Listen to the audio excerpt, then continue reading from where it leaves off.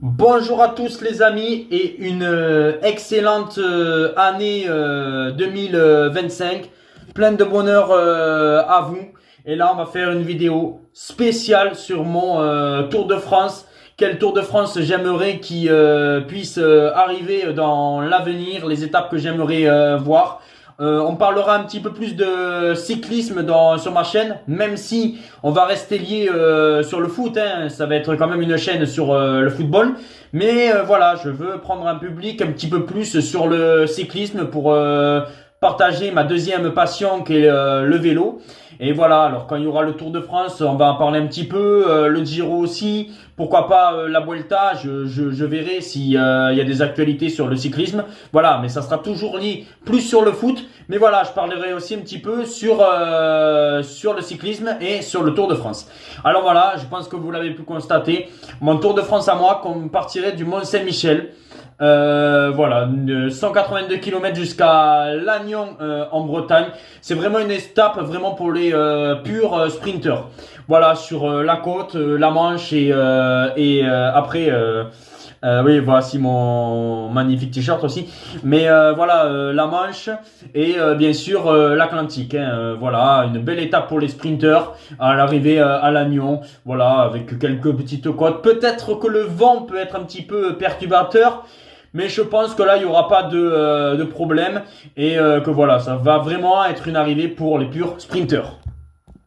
La deuxième étape de ce Tour de France, alors là, elle peut être vraiment accidentée pour les baroudeurs sprinters. Je pense plus que ça va être des baroudeurs comme Van Der Poel, Van Aert, Alaphilippe, qui pourraient gagner cette étape-là. On partirait de Guingamp, 211 km jusqu'à Mur de Bretagne, avec pas mal de petites bosses en Bretagne. On sait qu'il y a pas mal de bosses dans cette région, avec la côte de Morlex, 1,2 km à 5,8%. La côte de Foz-au-Loup, c'est 2,8 km à 6% aussi. T'as aussi la côte de Couvel, 3 km à 4,2%. Et bien sûr, le mur de Bretagne, ce fameux mur de Bretagne, 1,5 km à 5%.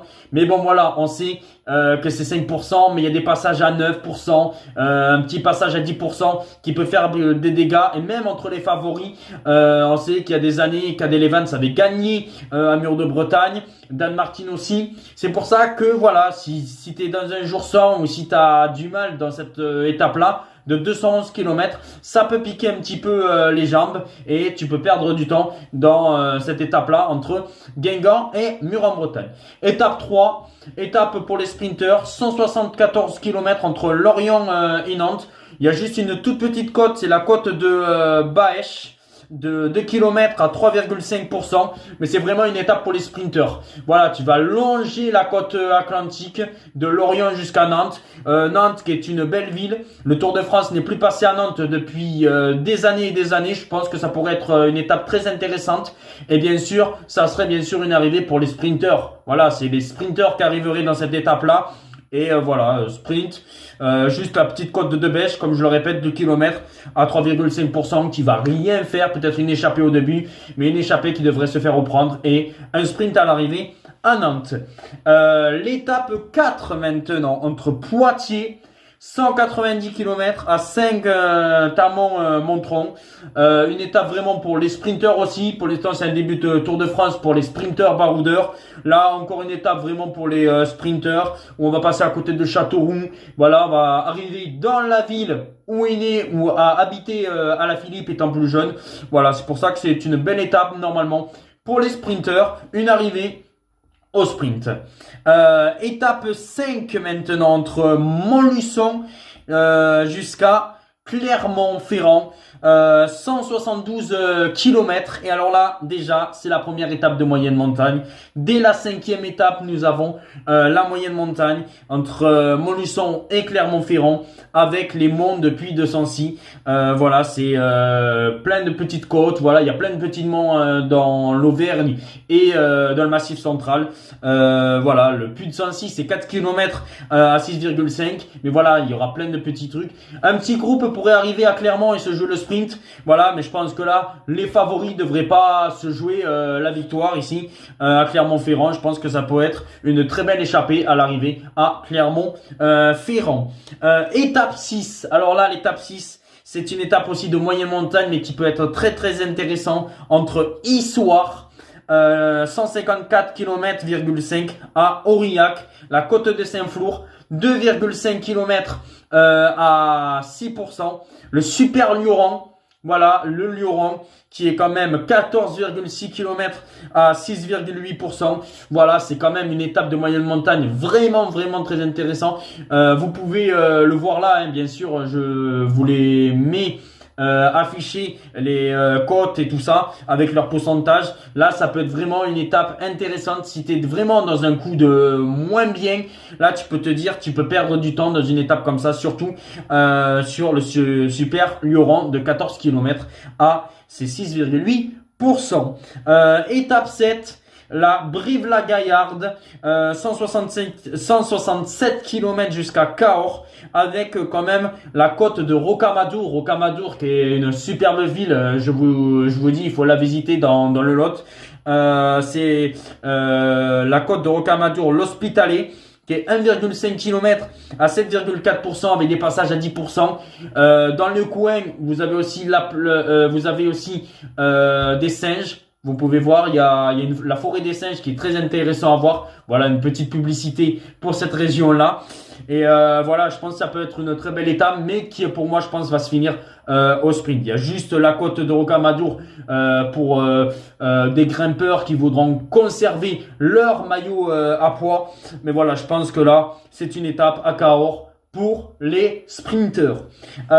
Étape 8 maintenant. Étape 8 c'est un contre-la-montre de 30 km entre Agen et Agen. C'est un contre-la-montre que du plat. C'est 30 km. Tu passes à Agen. Tu vas passer un peu plus dans les parties du Tarn-et-Garonne pour retrouver Agen. Là, ça peut favoriser vraiment un Evenepoel, un Ghana, vraiment les rouleurs qui aiment bien les contre-la-montre sur le plat. Et voici les amis, je me le suis mis. Là, on va passer à la première étape de montagne dans les Pyrénées. Une étape qui va faire 154 km entre Pau et le col de Portet. Une étape vraiment avec une étape qui va être vraiment magnifique. Parce que voilà, voici les cols qu'on aura dans cette étape. Tu pars de Pau, tu commences à monter vers Ferrières et après tu passes au col de Spandel. Le col de Spandel, 10,5 km à 8,9% avec des passages à 10%, avec des passages à 11%. Après, bien sûr, tu descends, tu as une descente de 5 km pour rejoindre Argelès-Gazos. Et puis après, tu entames le col de Tourmalet, 18 km à quasiment 8% de moyenne. Là, ça va faire des dégâts parce que là, ça va être très intéressant. Parce que là, c'est le col du Tourmalet. Tu redescends, tu arrives vers Payolle.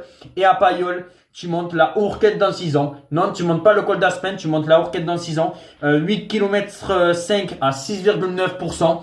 Voilà, c'est peut-être le col le moins dur de ce qu'on va avoir. Et puis après, tu descends la Hourquette dans 6 ans et tu montes le col de Portet. Le col de Portet qui, tu commences l'ascension comme si tu faisais le plat d'Adé. Voilà, mais à un moment donné, tu coupes à droite. Et tu pars vers Espio ou je veux pas trop dire de bêtises, mais voilà. Et après tu arrives au col de Portet qui est quand même 8 km. 17 km, excusez-moi, 17 km à 8,5%. Voilà, je pense que là, ça va être une étape vraiment très acharneux qui va favoriser, je pense, vraiment les favoris dans cette étape-là. Et là, l'étape 10 qui est aussi très intéressante parce que on part de Loudainvielle. On part de Loudainvielle, 168 km jusqu'à Foix-Prat d'Albis. avec bien sûr l'école. Voilà, c'est encore une étape de montagne, un petit peu moins difficile, mais bon, quand on va arriver vers Foix, il y a quand même des cols qui sont quand même très intéressants. Je pense que s'il y avait les favoris, c'est l'étape de la veille qui serait plus intéressant, mais celle-là aussi était quand même intéressant parce que tu pars de Loudunvielle, tu montes le col de Péressourde qui est 10,5 km à 7% de moyenne, le col de Portée d'Aspet qui est 14,3 km à 5%. C'est là où dans la descente, Casartelli a sa stèle parce que voilà, il a eu une chute et malheureusement, il a été décédé. C'est pour ça, voilà, c'est dans cette descente-là qu'il y a la stèle de Casartelli. Et puis après, nous arrivons proche de Foix. Et alors là, tu as le col, le mur de Péguerre. Le mur de Péguerre, c'est 9,8 km à 8%. Et il y a des passages à 12%. Il y a des passages à 11, à 10. C'est vraiment un mur vraiment terrible de chez terrible. Là, si tu as vraiment le coup de fringale, ça peut faire très très mal aux jambes. Et puis après, Foix-Praly, 16 km à 6,5 km. Voilà, c'est un col quand même assez roulant. Mais bon, voilà, avec les cols que tu as eu précédemment, voilà, ça peut être vraiment piquant. Et puis après, le mardi, nous avons la journée de repos. Après 10 jours acharnés avec des étapes accidentées et les deux belles étapes pyrénéennes, là, tu as la journée de repos, là, ce mardi-là, où les cyclistes pourront se reposer. Et puis après la journée de repos, une étape pour les sprinteurs entre Toulouse, 187 km jusqu'à Narbonne. Voilà, vraiment une étape vraiment pour les sprinteurs. Là, on récupère. Voilà, après la journée de repos, de nouveau, on récupère avec une étape pour les sprinteurs. Là, tu longes quasiment la côte méditerranéenne et tu arrives à Narbonne. Voilà, sur l'avenue de Narbonne, à côté de la plage, tranquillement, tranquille. Après, pour les sprinteurs qui ont galéré dans les Pyrénées, c'est à leur tour de jouer. Étape 12 entre Béziers et Montpellier. Pareil, 185 km. On va monter un petit peu dans le nord, un peu plus au nord. Voilà, on va monter un petit peu, mais puis après on va redescendre et on va arriver à Montpellier. Voilà, encore une étape vraiment pour les sprinteurs, pour que vraiment ils arrivent à récupérer, parce que il y a du très lourd, très lourd qui va arriver. Et là, on arrive quasiment au vendredi, qui serait l'étape 13. On partirait de Montpellier. Voilà, on est arrivé à Montpellier. On part de Montpellier, 175 km. Et l'arrivée au Mont Ventoux.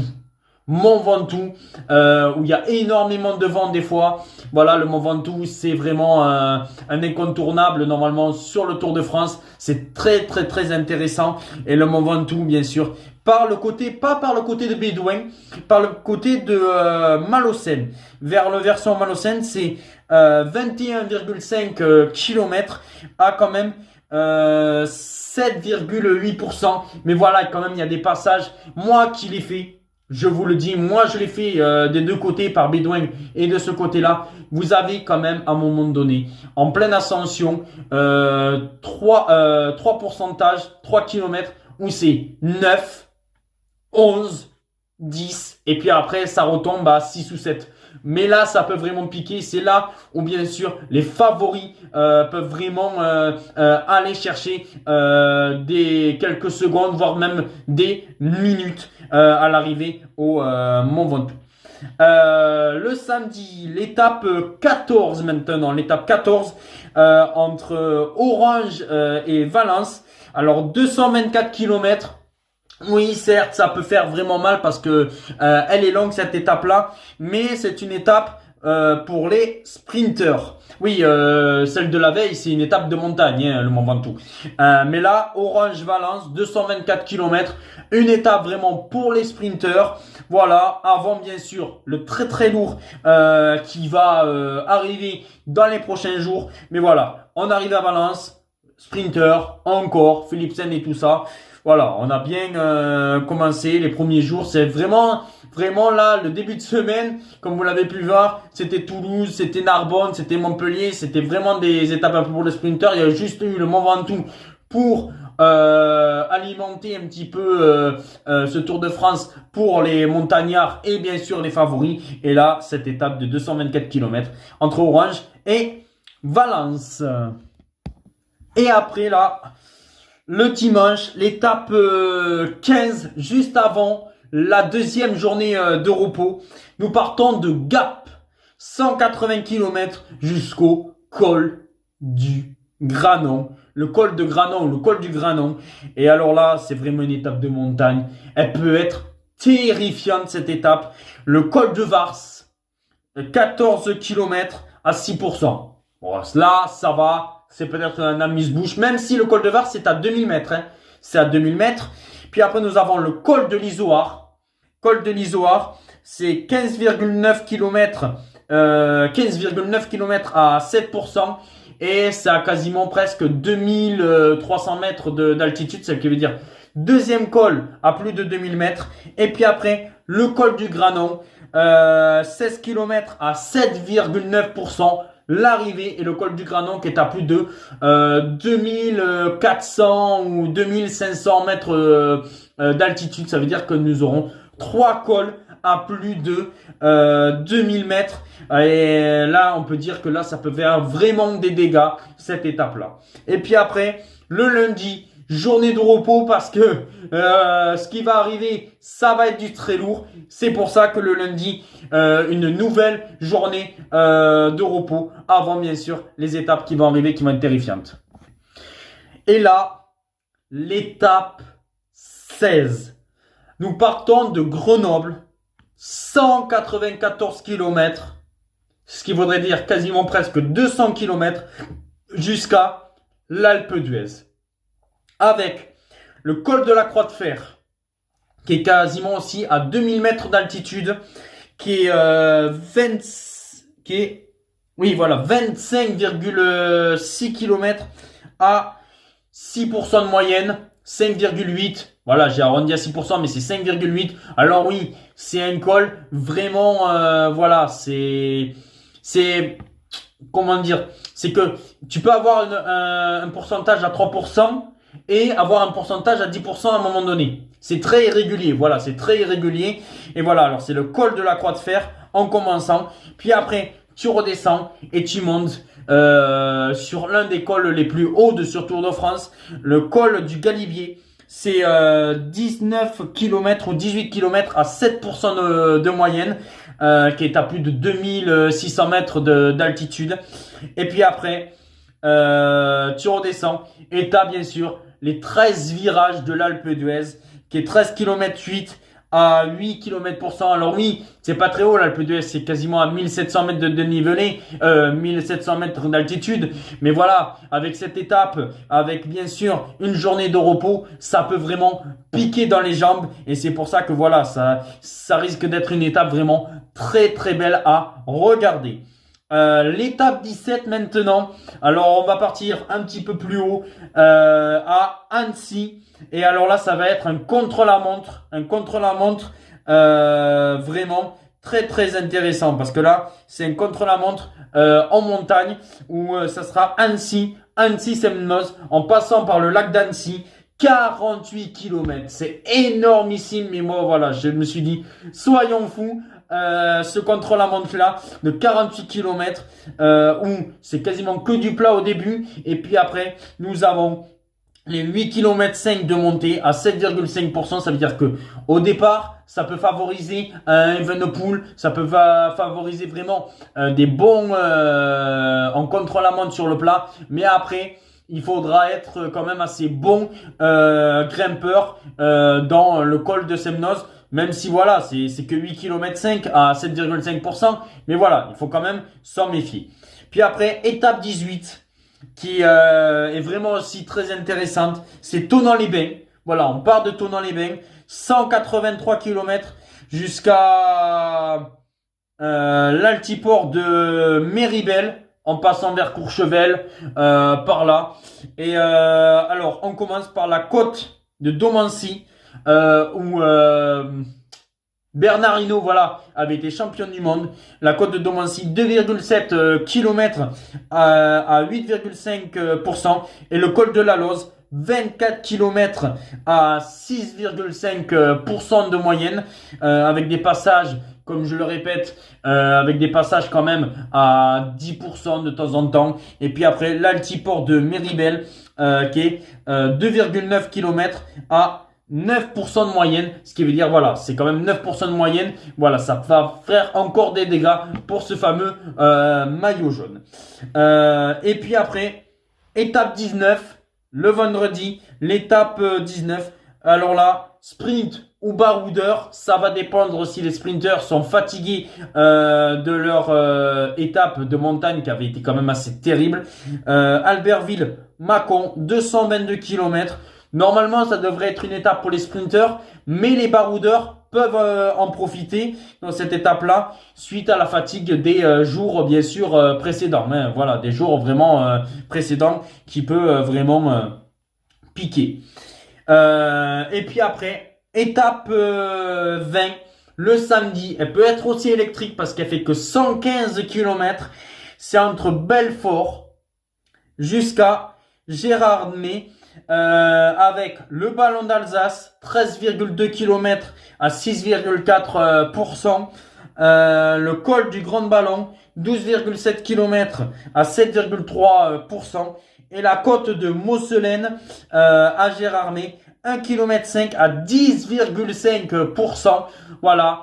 Si tu as encore quelques petits écarts encore entre les favoris pour le podium, pour ce fameux maillot jaune, et bien là on peut se dire que vraiment ça peut être très très intéressant. Cette étape-là en plus, 115 km, c'est assez court. Et là ça peut être vraiment très intéressant. Là, cette étape-là, ça peut être pour baroudeur, ça peut être pour montagne, pour des grimpeurs. C'est une étape qu'aurait beaucoup aimé Thibaut Pinot. Voilà, Thibaut Pinot qui est un de mes cyclistes préférés, qui est bien sûr de cette région-là. Et puis après, on termine le dimanche, l'étape 21 entre Saint-Gervais dans le 95 jusqu'aux Champs-Élysées, 113 km. Voilà, une étape pour les vraiment pour les sprinters, avec bien sûr normalement une arrivée sur les pavés, sur les Champs-Élysées, qui sacre le meilleur sprinter de ce Tour de France normalement. Voilà, c'était mon Tour de France. Je sais pas ce que vous en pensez. Dites-moi s'il est intéressant ou pas. Normalement, on risque de se retrouver pour une vidéo un petit peu cyclisme. Peut-être pour faire un petit débriefing ou juste avant, bien sûr, le Tour de France avec, bien sûr, mon top 10 et mes favoris. Et bien sûr, peut-être aussi sur le Giron où on fera le parcours et aussi mes favoris. Et sur la Vuelta, je pense que je ferai des petites vidéos comme ça en disant mes favoris, mon top 10 et sur le descriptage du parcours, du fameux parcours. Voilà les amis, je sais pas si vous avez pensé et si vous avez aimé le concept du cyclisme. Voilà, c'était ma première vidéo où je parlais vélo de ma deuxième passion. Et ciao les amis. Et voilà, on se retrouve très vite là sur les pronostics bien sûr sur le foot. Et encore une excellente année 2025.